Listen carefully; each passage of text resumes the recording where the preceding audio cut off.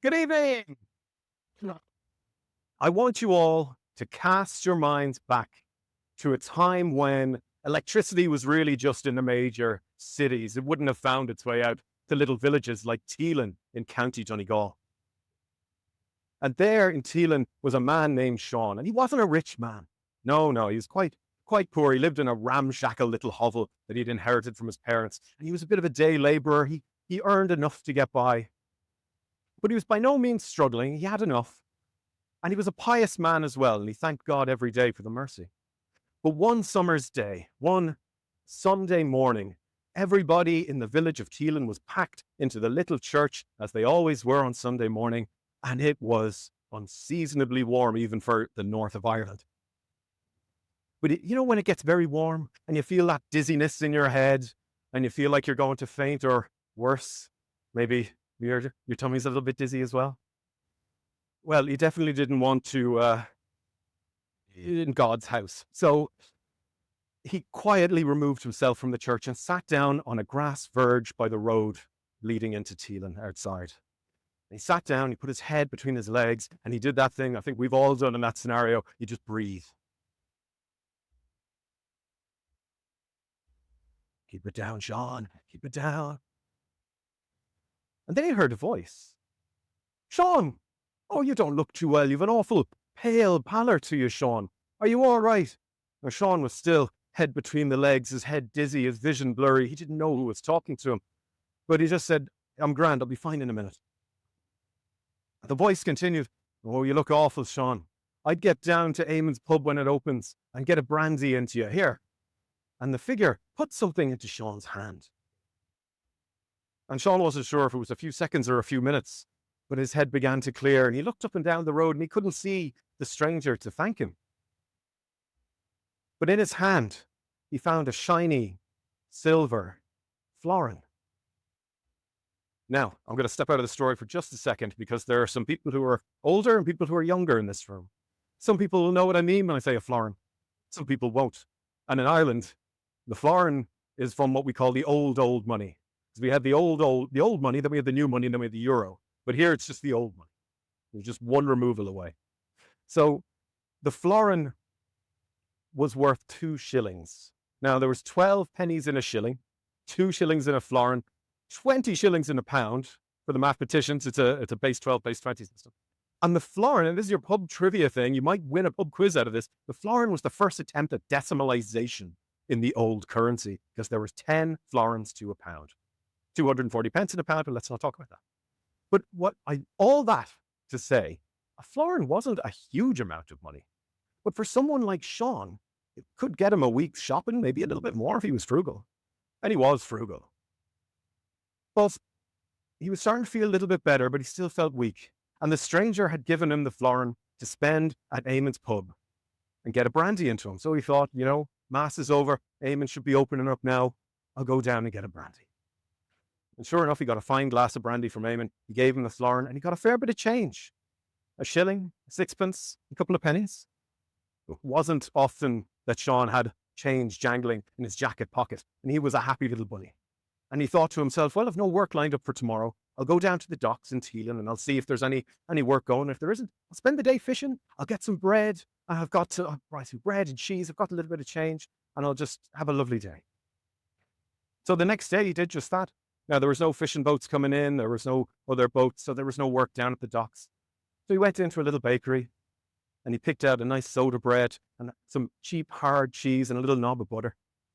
And he reached into his pocket to pay the woman behind the counter, when among the coins, the shilling and the pennies and the sixpence, he saw a shining silver florin. And he thought to himself, I wouldn't have to change if I hadn't handed over the florin. So, well, that's lucky. He didn't say anything to the young woman, but he paid with the florin and got another handful of change, because he liked that feeling of having change in his pocket. When you don't have much money, you do like the feel of having it. Trust me.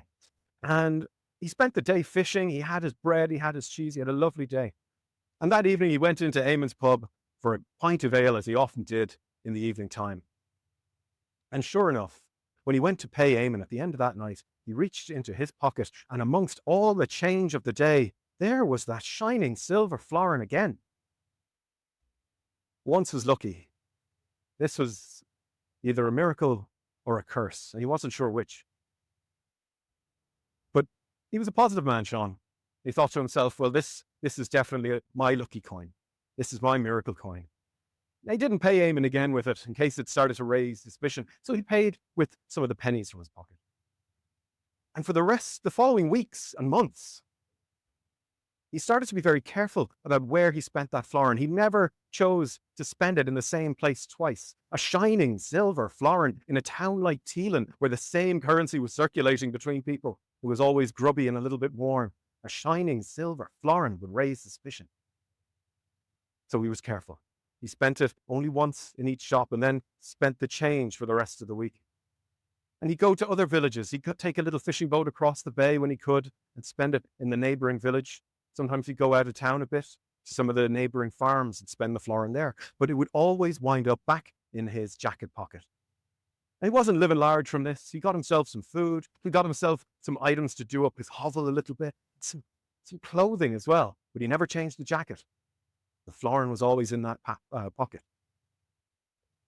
But over time, he started to become paranoid. He asked himself, have I spent the florin here before? He started to worry if people knew what he was up to, if they thought he was stealing from them, if they did know.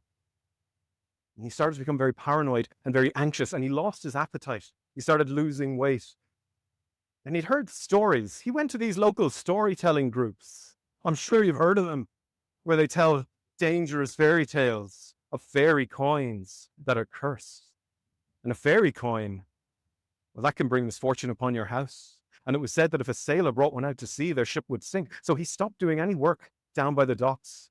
And he stopped keeping the coin even inside his little shack. No, he kept the jacket outside hanging up for fear that his house might burn down or collapse during the night if it was inside.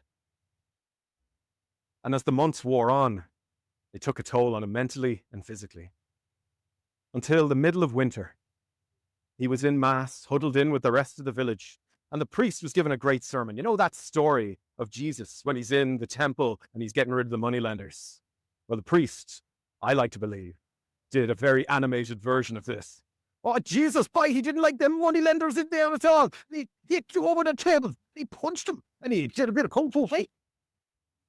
All this to say, ladies and gentlemen, that money is the root of all evil. Unburden yourselves in our collection plate. Thank you very much. As the collection plate found its way into Seán's lap, he had a thought. Be gone with you. Go with God, you cursed coin. He threw it into the collection plate.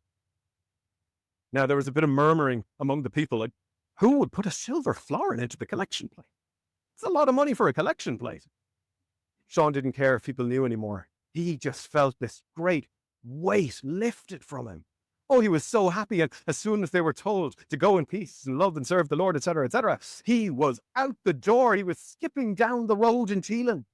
He was so happy. And he went straight to Eamon's pub, where he could finally tell his story. And he told Eamon the story. And Eamon told me, you're a feckin' idiot, Seán. That coin, it came back every time. Why would you get rid of it? Wait, did you spend it here? Just once, said Seán. He was like, well, you're paying double for your ale. Fair enough. And as Seán reached into his pocket to take out some change to pay Eamon, I'll let you decide what he found.